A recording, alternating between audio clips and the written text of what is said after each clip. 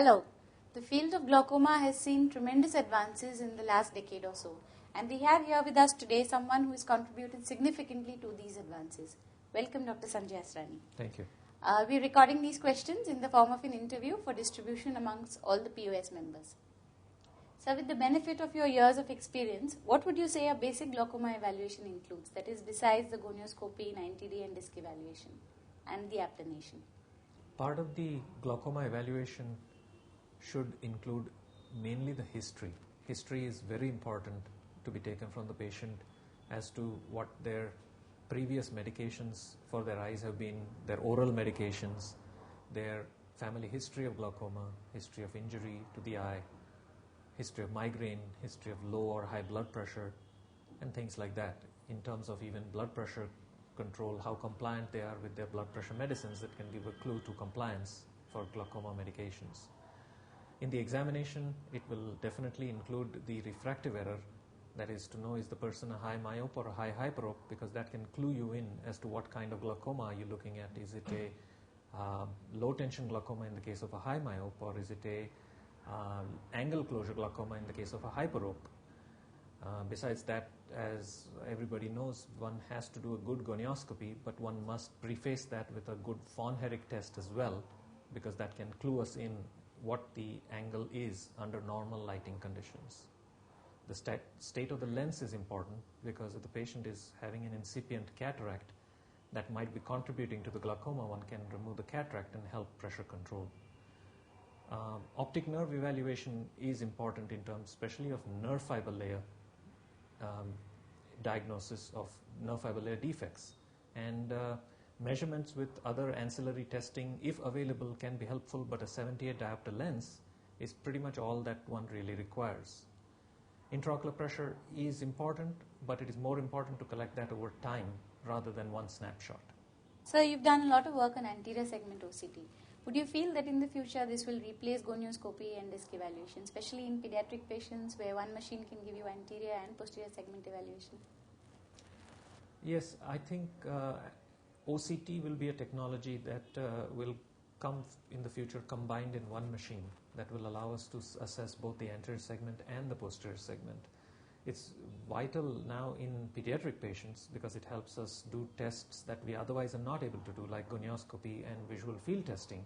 So using the OCT to measure the optic nerve or the macula in pediatric glaucoma or glaucoma suspects can be very useful in managing or detecting their glaucoma. Looking at the anterior segment with infrared light, that is basically OCT, is going to be very useful because it can tell us the true nature of the angle without shining a light in the pupil.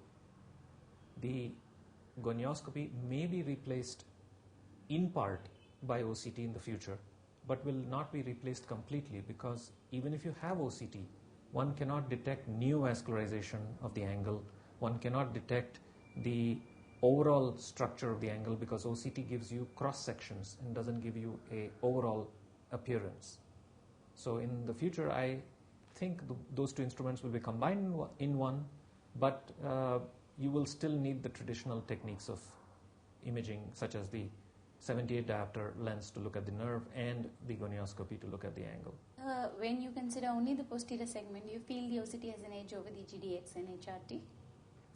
Yes, the GDX and HRT are based upon pseudo measurements. They are measuring polarization of the nerve fiber layer, or they're measuring a SLO measurement of the HRT, looking at the measurement of the reference plane versus the level of the neuroretinal rim. Whereas the OCT technology gives you the cross-sectional optical measurement of the structure you're looking at. So it is not a pseudo measure, but a real measure.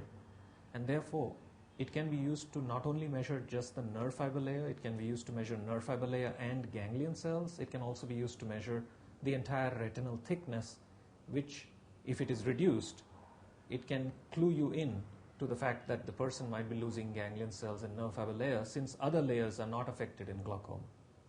Dr. Asrani, you worked with various tonometers. What's new on that front?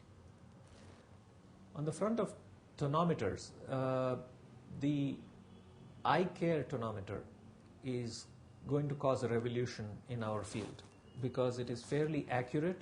It is also able to do the measurement without an anesthetic, and it is very patient friendly. We have recently completed a study in which we looked at 130 patients using the eye care tonometer by themselves to measure their own pressure, and we found that they were fairly accurate when compared to the technician measuring the pressure with the eye care tonometer, and as accurate as the Goldmann tonometer almost in most cases. So we found that it could be a good tool for using at home by the patient. The difficulty is the cost of the instrument that precludes currently the ability of patients to take that instrument home with them to measure their pressure. But I understand that the company is coming out with a new instrument called iCare One, which is to be an instrument that the patient can buy for themselves, take home, use it, and give it back to you that can give you data for multiple days as to what the pressures have been over the days. And they can measure it at home. So that's the latest in the self-measurement of pressure. In terms of the dynamic contour tonometry, the microchip of that tonometer tip has now been incorporated into a contact lens that can be used to send measurements via telemetry outside to a telemetry recording device, so we can get measurements at home via that device.